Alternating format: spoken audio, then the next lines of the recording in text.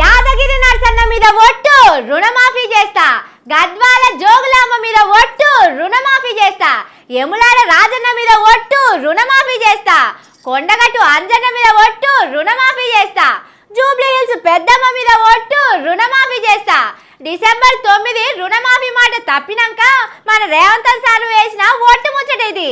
అదే ఒట్టు మీద ఇవాళ కేబినెట్ లో మీటింగ్ పెట్టిండ్రు. ఏం జరిగిందో తెలుసుకుందాం పండి. 15 ఆగస్టు లోపల రైతులందరికీ 2 లక్షల రుణమాఫీ చేస్తా అని తెలంగాణలో ఉన్న దేవుళ్ళు అందరి మీద ఒట్టేసిండు కదా మన రేవంత్ సారు. ఇక తెల్లారే పొద్దుకే 15 ఆగస్టు రానే వస్తుంది, రుణమాఫీకి డేట్ దగ్గర పడుతున్నది. ఇక గిదే ముచ్చట మీద ఇవాళ సెక్రటరియట్ లో మంత్రులందరితో కలిసి మీటింగ్ పెట్టిండు ముఖ్యమంత్రి రేవంత్ సారు.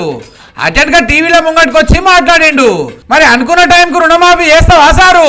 తినబోతూ రుచులు ఎందుకు, వంట ఎట్లా ఉండాలనో మా నలబీబ పాకం వండే మా బట్టి విక్రమార్క గారికి తెలుసు. మీరు ఒకటే గుర్తు పెట్టుకోండి, రైతులకు ఇచ్చిన మాట ప్రకారం రుణమాఫీ చేసి తీరుతాము.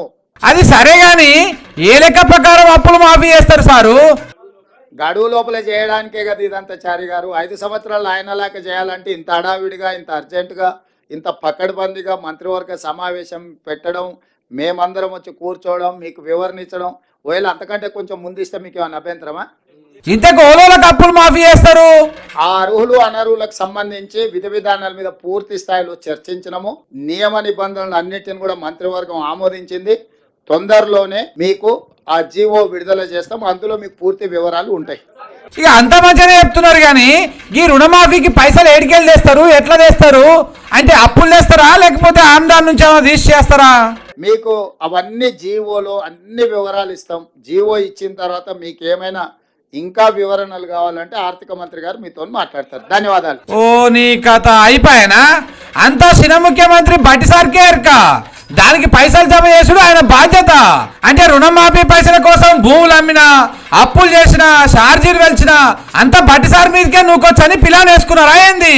కానీ మీరు అంతసేపు మాట్లాడినా ఒక్కటి మాత్రం మాకు క్లారిటీ వస్తలేదు సారు.